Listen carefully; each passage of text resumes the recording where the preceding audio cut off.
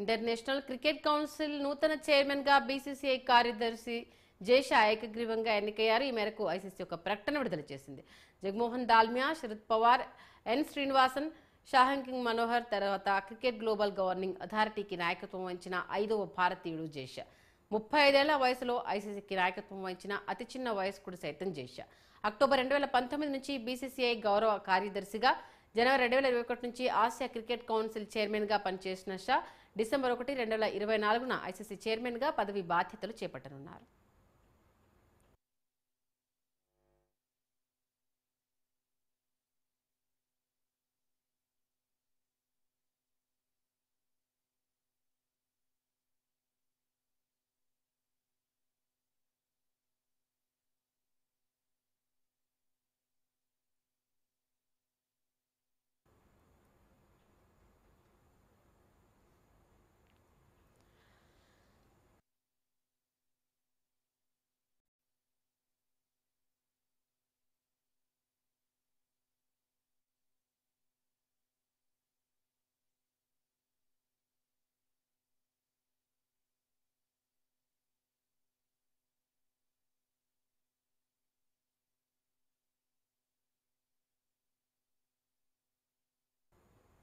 International cricket council నూతన chairman గా BCCI కార్యదర్శి జేషా ఏకగ్రీవంగా ఎన్నికయ్యారు. ఈ మేరకు ఐసీసీ ఒక ప్రకటన విడుదల చేసింది.